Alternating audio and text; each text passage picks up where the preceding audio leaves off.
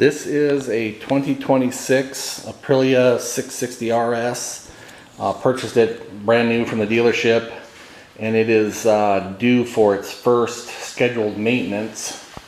So really what I'm doing is documenting here that I'm actually doing the maintenance. So if we see here, so currently total miles is 627. First scheduled maintenance at 600, so we're going to go ahead and get that taken care of. So what I did, look through the manual, found the service stuff that needs to be done at that 600 mile interval. But the manual says you got to take it into the dealership to have everything done. Even getting the oil changed requires an authorized dealer. But my dealer provided me with a checklist of what needs to be done at that 600 mile interval. So we're going to be doing this first column here, 600 miles or 1,000 kilometers. So all of this stuff we need to look at. So everything in this column, either I for inspect, or L for lubricate, or R for replace. So I'm going to go ahead and get started on that today. So I do have my oil. Bought this at the dealership when we bought the motorcycle. So this is the oil they recommend. Takes 2.3 liters. And then also the filter. There's the part number on the filter they provided. And then got a new washer for the plug. So I've got what I need to get started here, so I'm going to get set up and I'll show you what I'm doing for this scheduled maintenance. Alright, the first thing I plan to do off that list is an oil change. I've got the bike up on a stand, and then to access the drain you're going to need to remove this lower panel. And to do that, so there's 3 screws on each side. There's one underneath, one right here, and then this one in the front. And then there's 3 on the other side, same place. And then on this side, there's a clip right behind here that I ended up using just a automotive paneling tool and got up in here and popped that clip loose. But I've already got the bolts out. They are 4mm Allen head screw on all of them. So I've already removed those, so now I can take the panel loose and I'll show you that. So there's where the clip is, and it's just this little tab right there that has to be popped out. So when you're taking that loose, use a little caution with that. You don't want to just try and pry it off there. You'd probably break that. So if you're not comfortable doing that, I think the other thing you could do is, instead of taking this side off, is take these 3 screws out from the middle and just take the left side panel off. Because what that will do is allow you access to the drain plug, which is a little bit to the left anyway. So that'll let it drain without getting oil all over everything.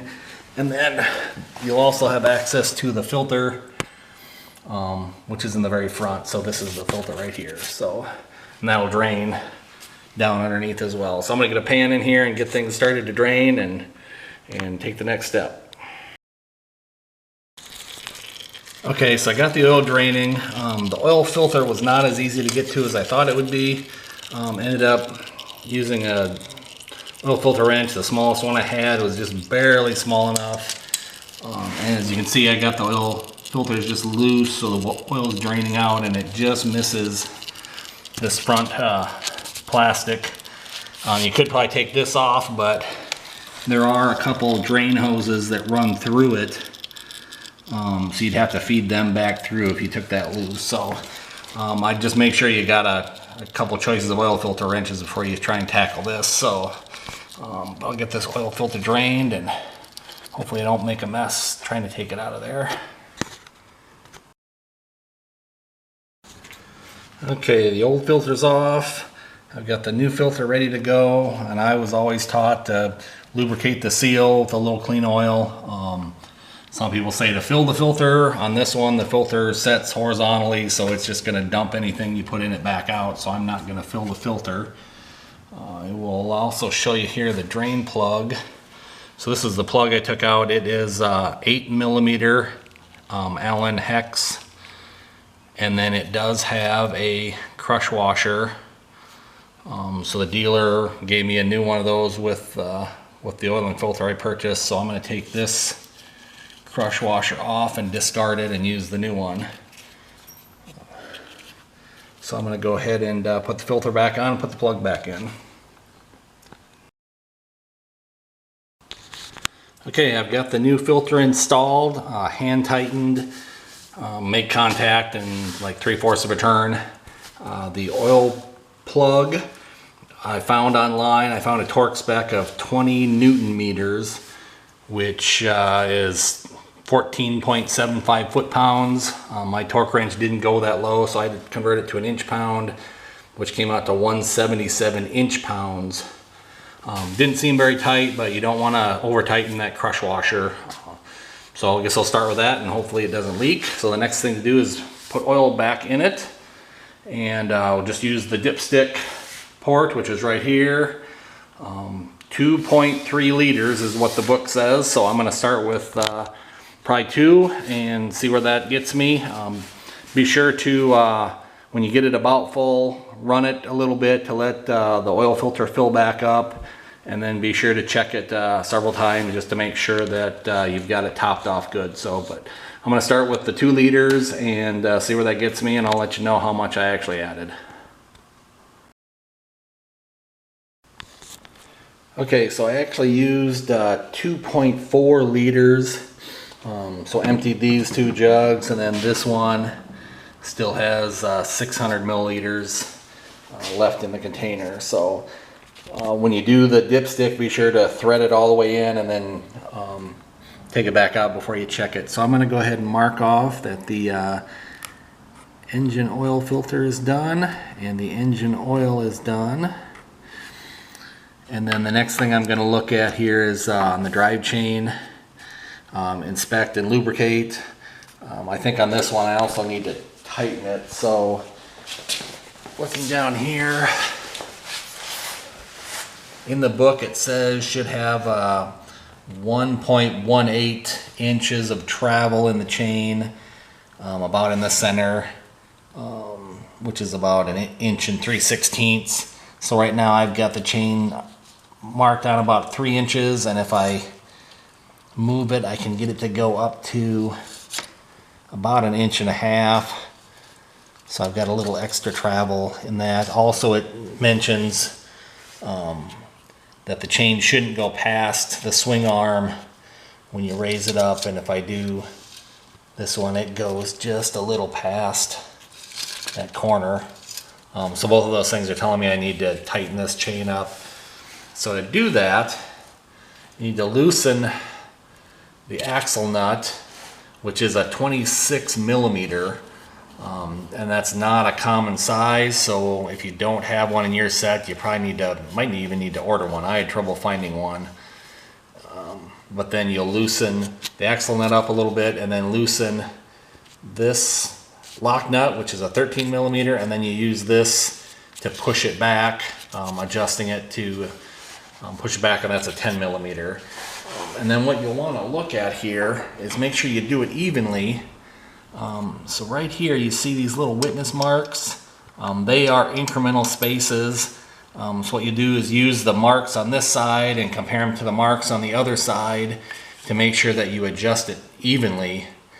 And then the other thing you can do is, if it's even to start with, is just make sure when you turn your wrench is you count, you know, the number of times you turn it, or the number of times number of flats you go on that pusher bolt. So I'm going to go ahead and make the adjustment here, and then we'll check it when I'm done.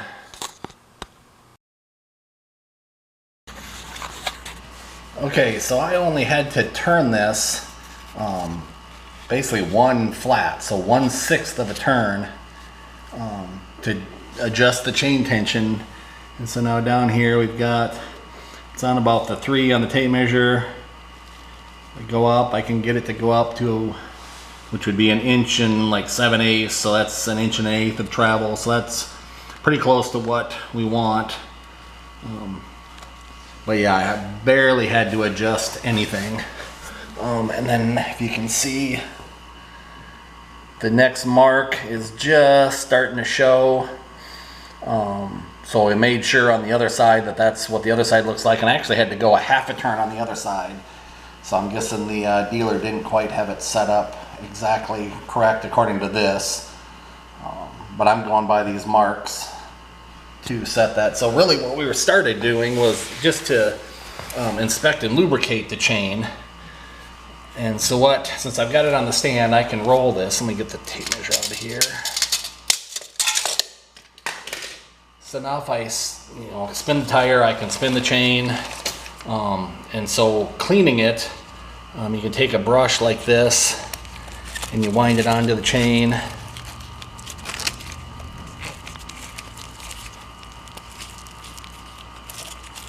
And then what you'll do is just roll the chain.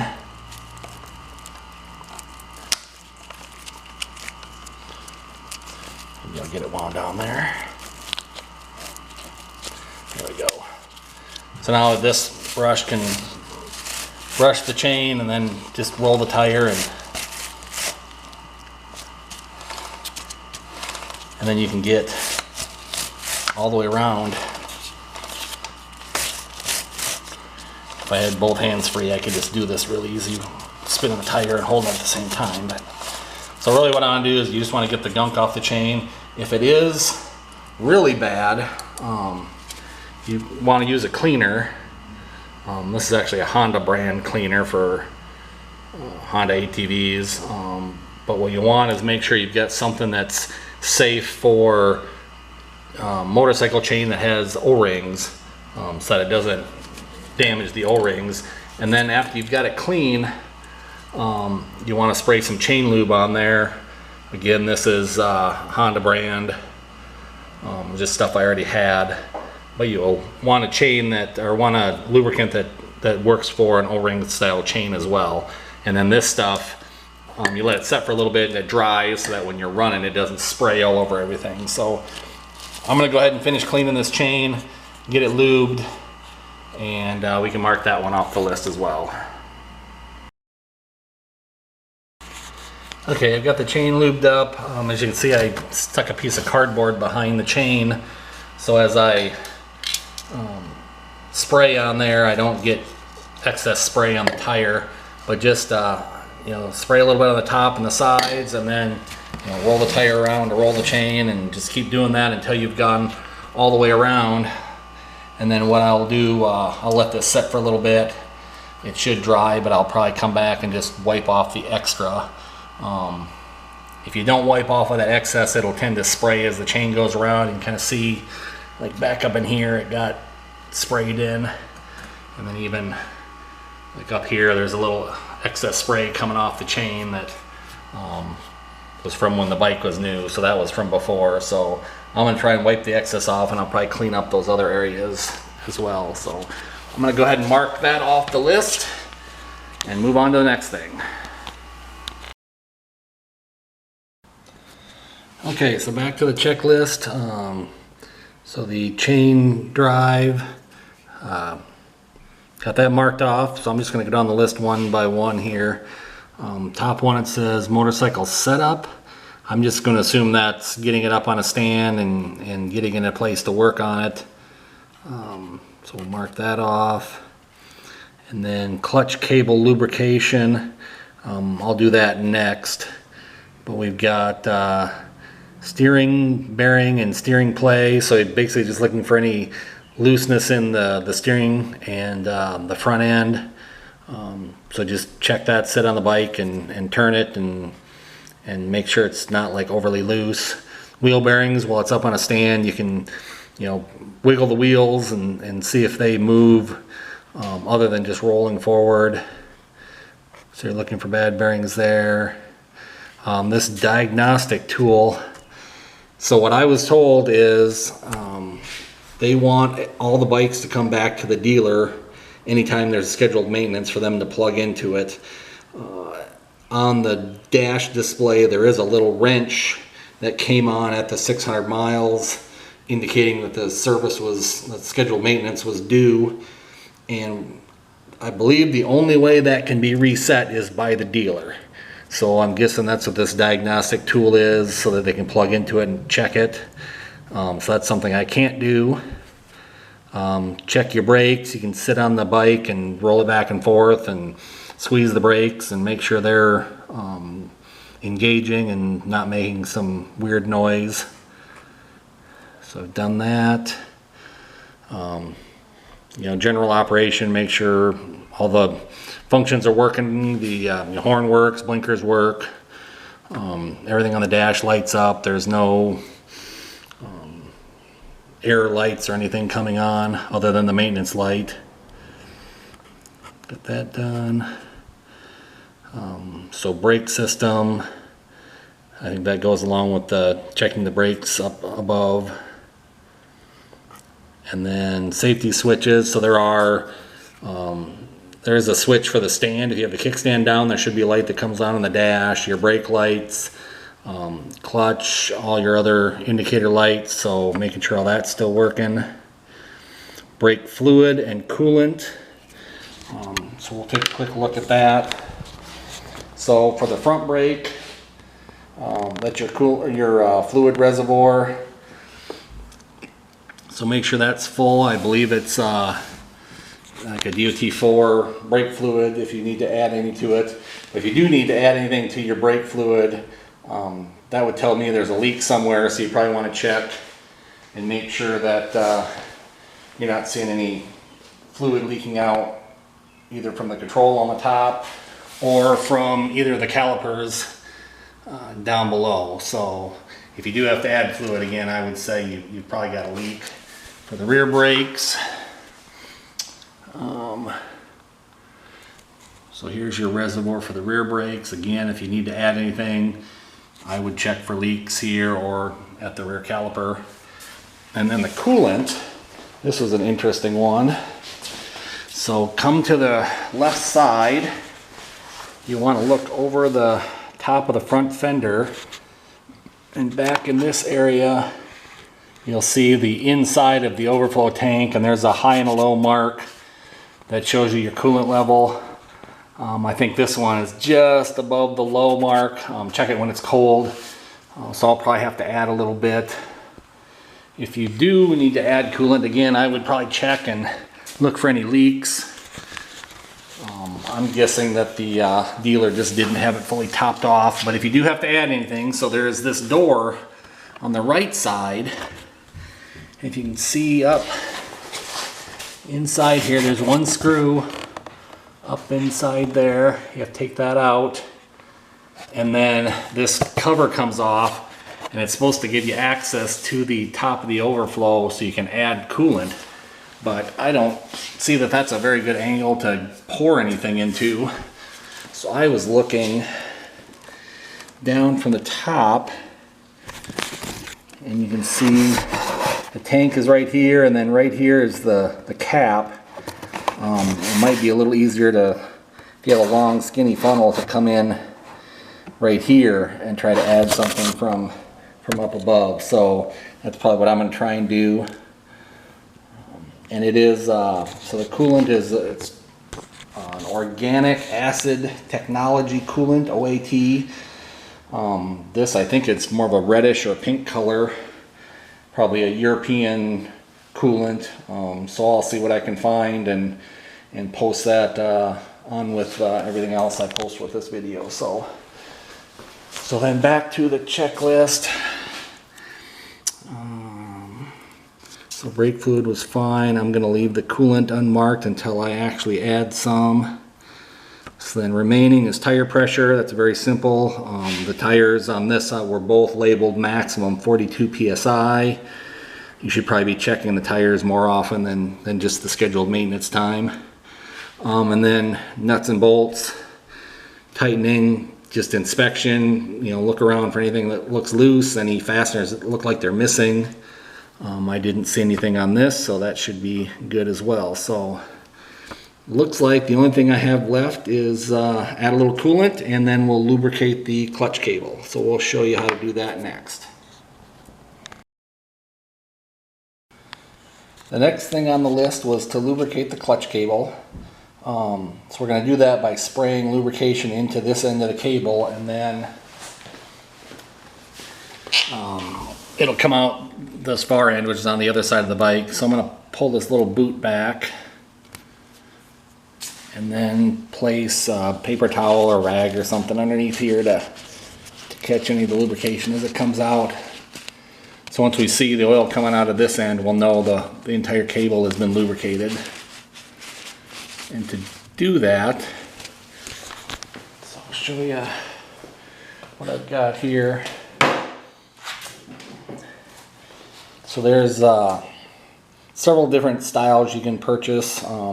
This one is a cable lubricator, so we'll disconnect the cable from the handle and then put this on the end of it, and then it'll let you put the hose of the spray into that end, and then you can spray it and it'll spray down into the cable. And then what I'm going to be using is this PJ1 cable lube.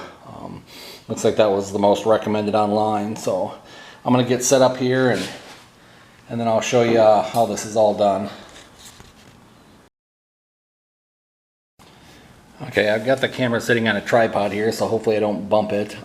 First thing you want to do is take note of how much play you've got in your cable. There should be a little bit of play, a few millimeters before the clutch engages. So when we'll take this apart, and when we reset it, we'll want to set it kind of back to where it was. But to take the cable out, you'll thread this in to take and loosen all the settings off of it. And then you'll notice there's a slot in this adjuster nut that will line up with the front. That'll let you take the cable out. But first we'll thread it in as far as it'll go.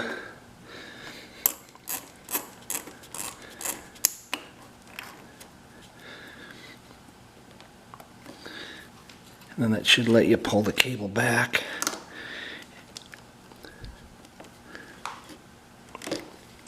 And out the slot in the front, and then take the cable off the handle. So that's loose. So then this opens up, and there is a seal on the inside. So then this goes around the cable. There's a slit in it that you can open it up and wrap it around the cable. Actually, first you put this over the end of the cable, then put this on.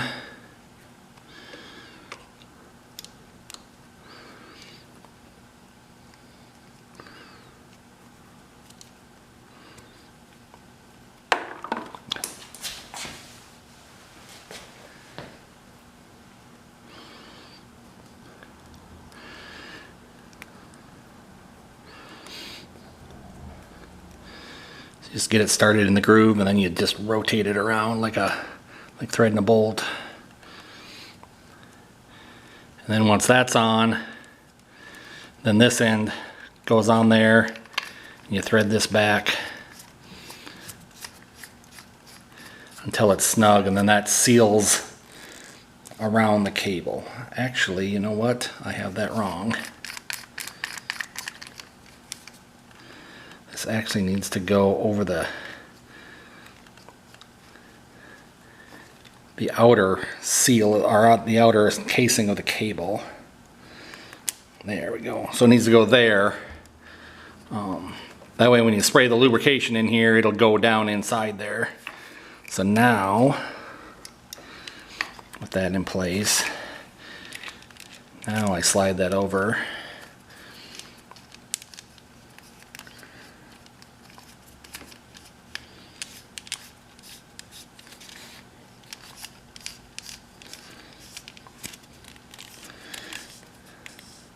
Snug that down, and then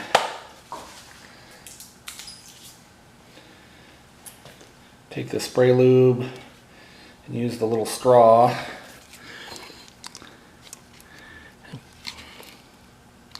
Probably be easier to pull the straw in here first.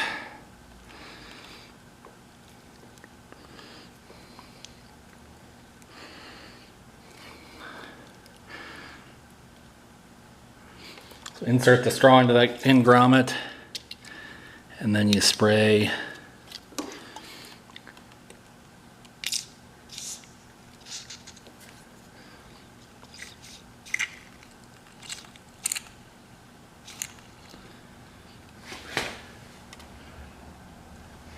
And just spray a little bit at a time.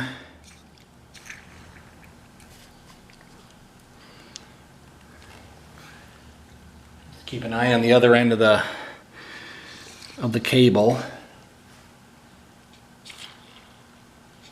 And I can actually hear it coming out the other end.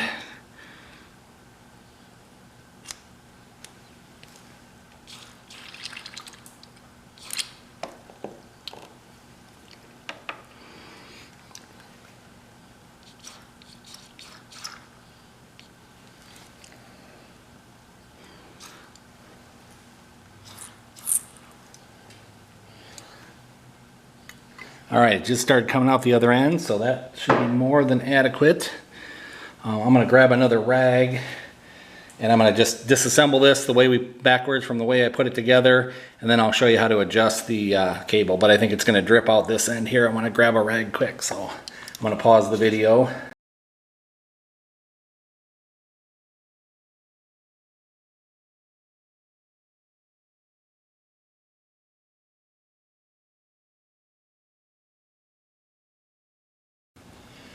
So when I took that lubricator off of there was still a bit of oil in here, so you want to be ready with a rag or shop towel to catch that so it doesn't drip over everything. But then all you need to do is connect it back to the handle. Just reverse of the way you took it apart. And then pull it back through the slot, make sure it's engaged, and then check the other end. Make sure it didn't come loose. And then run that adjuster nut back out to where it was.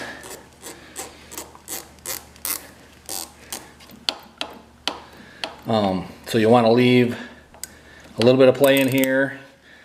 I think I read online, 2 to 3 millimeters of slop in this cable.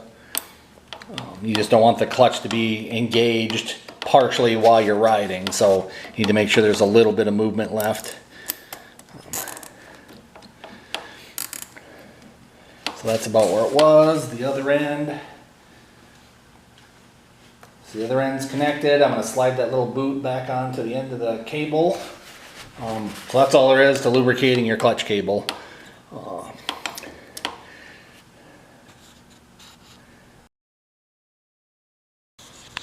Okay, last but not least on the list was to top off the coolant.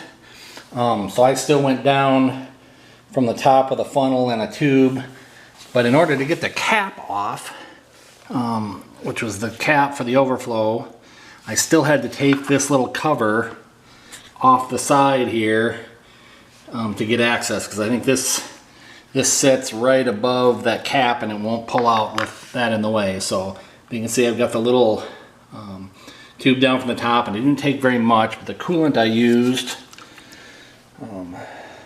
so here's the brand, this M3.0, but it's that OAT technology, and of course this is a European brand, but it's, you can see here, got a little pour spout, and it's pink just like what was in the overflow bottle. But now with that off of there, I can shine a flashlight in from this side, and then you should be able to see